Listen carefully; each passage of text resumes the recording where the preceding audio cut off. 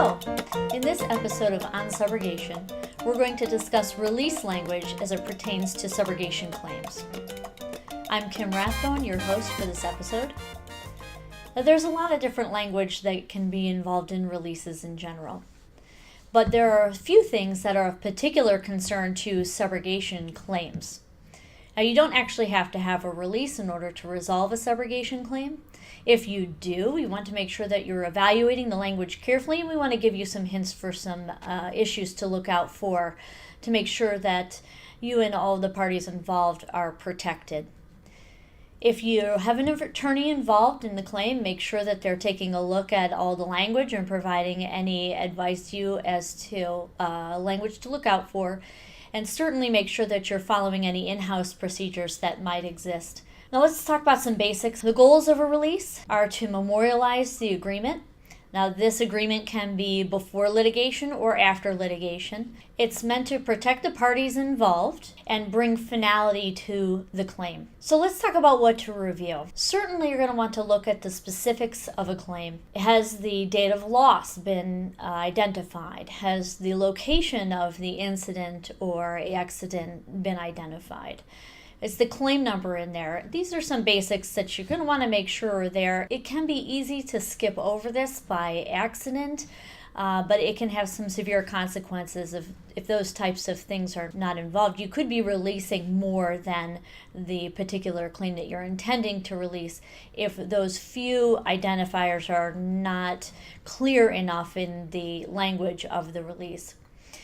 And you want to make sure that the original terms of the agreement as you understood them are reflected inside that agreement also. You also want to make sure that the relationship between all the parties is clearly defined whenever that's possible. If it's a subrogating insurance company, then they're adding in as subrogate of as an addendum to their name and then the insured's name after.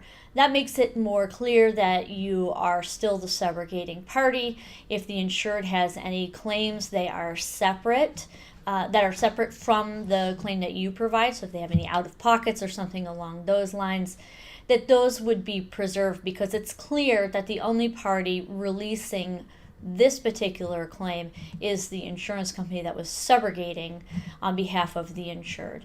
So try and be as clear as possible as to who you are and understand who all the parties are that are being released as well. If there are names on there that you don't recognize as being part of the claim, get clarity on that, because they may be identifying a third party that you were not aware might have some liability in the claim itself. So be very careful to understand who is who in the release itself and what the relation is to the other parties, just in case there's something else that you might be able to recover from the additional parties that are being named there. You want to try to avoid, if you can, languages is pretty standard in most releases, which is any and all parties, just in general. This could prevent you from proceeding against a third party that you determine might have some liability later on, should they ever get their hands on that release. Let's talk for a moment about preserving claims or future payments that might exist in your scenario. There's plenty of times where the medicals are pending and the property can be resolved ahead of time. If that's the case, you want to make sure that the release is not a general release. If it is not specific to property damage only, then you should not be signing that release, especially if meds are open, if that feature is still open and you know that they are pending. Now, even if you don't think that there are going to be any meds paid out on that claim in general, I still think it's a good idea to limit the release as a property damage only release, just in case. There's certainly plenty of types of injuries that really don't present right away when something has occurred. You get that call, and if the release isn't specific to property damage only, it's going to prevent you from being able to recover any of those additional amounts from third parties that might be responsible. Another situation where a claim might need to be preserved is if there are underinsured claims and the release is coming to resolve the limits portion that the opposing carrier is paying. But let's say the tortfeasor is making payments with regard to the excess. If you're not careful, even with the separate payment agreement with that tortfeasor, the language in the release with regard to the limits could end up releasing the payments that are being made in the future by the tortfeasor also. So if you have that situation, a possible solution is to add in a modification into the release that would preserve proceeding on the payment arrangement with the tortfeasor. And here's an example of some language that might assist in this scenario. This release is not a release or a waiver of any claim or obligation owed by tortfeasor under the installment agreement signed on whatever date it was signed, and has no effect on it other than to reduce the amount owed by the consideration referenced herein.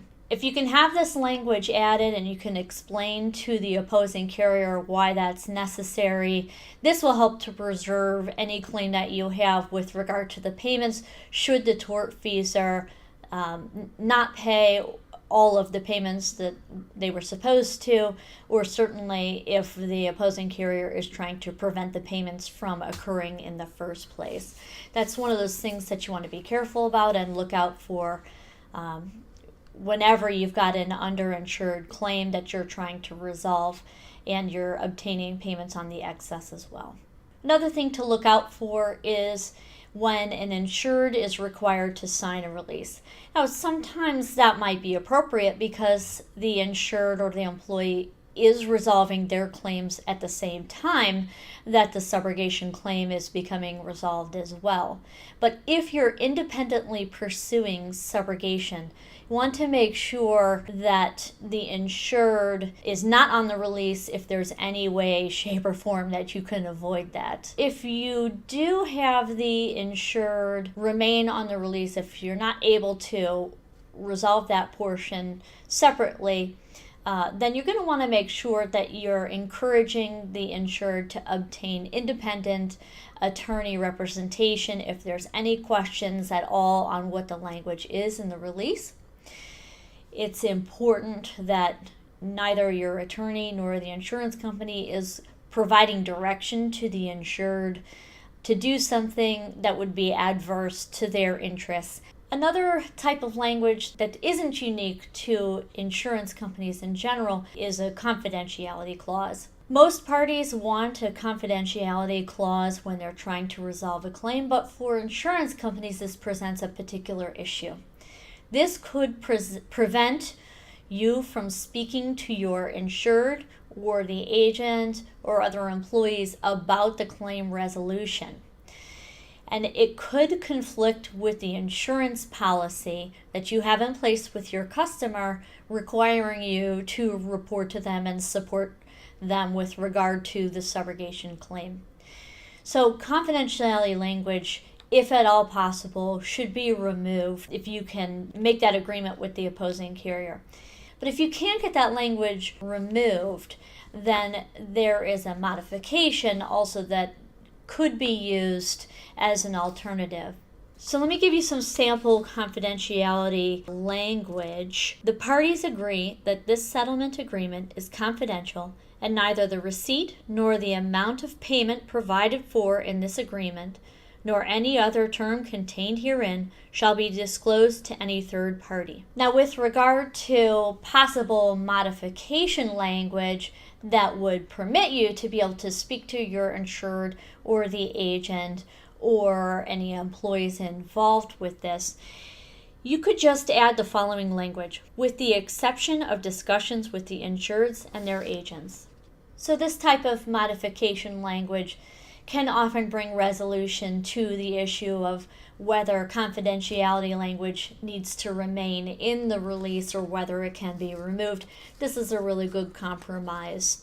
Now, one of the most sensitive issues with regard to release language in subrogation claims is that of indemnification and hold harmless language. Let me give you some standard language that is often included in releases. Releasers hereby covenant and agree to protect, indemnify, and hold harmless the said releasees from and against any and all claims, actions, suits, and demands whatsoever which we or any person may now have or have had at any time heretofore or may have at any time hereafter. The origin of indemnification language really comes from personal injury cases, and this makes sense.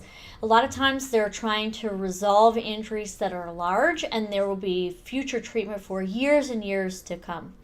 And if you include the indemnification of hold harmless language into the release, then the defending carrier can bring finality to the claim, and any of the future costs that are anticipated will be paid out of the money that is paid to the insured when resolving that personal injury claim.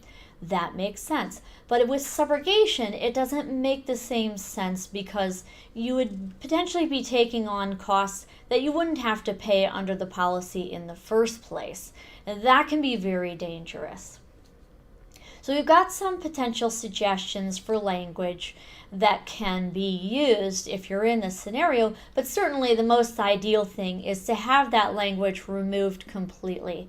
There are many carriers that will do that, and just in case there's a situation that you aren't able to do that, we've got some suggestions for potential modification language that can help to resolve this issue. So if we go back to the same indemnification and hold harmless language, there's a possibility to add that are properly payable under policy number 1, 2, 3, 4, 5, 6, 7, 8. Now, what this does is it helps to make sure that any additional claims that are being paid would have been paid under the policy itself. Another way to limit hold harmless and indemnification language is to add modification language to the indemnification paragraph that is something along the lines of the following: limited to the amount paid in this release. Then at least the exposure for the carrier signing the release is contained to the amount that they received in the settlement in the first place.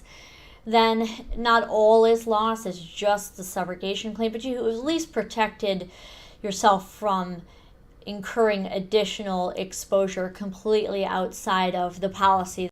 In order to assist you with all of the different concepts involved in this video, we've created a checklist for you to look over to issue spot any language that's involved in the release. You could feel free to email us at video@rathbonegroup.com in order to receive a copy of this checklist. First, are the terms of the release specific? Are any and all parties being released? Is the release a general release, even though only property or meds is paid? Is the tortfeasor making future payments on excess? Is the insured required to sign the release? Is confidentiality language present? Is hold harmless or indemnification language present? Is modified language possible if removal of the language is not? With regard to confidentiality language, it would be something like other than insureds, employees, and agents. And with regard to hold harmless and indemnification language, it could be properly payable under the policy or limited to the amount of the settlement. I hope this video helps you issue spot some of the concerns with regard to release language, specifically on subrogation claims. If you have any questions or have suggestions for other topics for us to discuss, please feel free to email us at video@rathbonegroup.com. Thanks for watching. I'm Kim Rathbone. That's the long and short of it.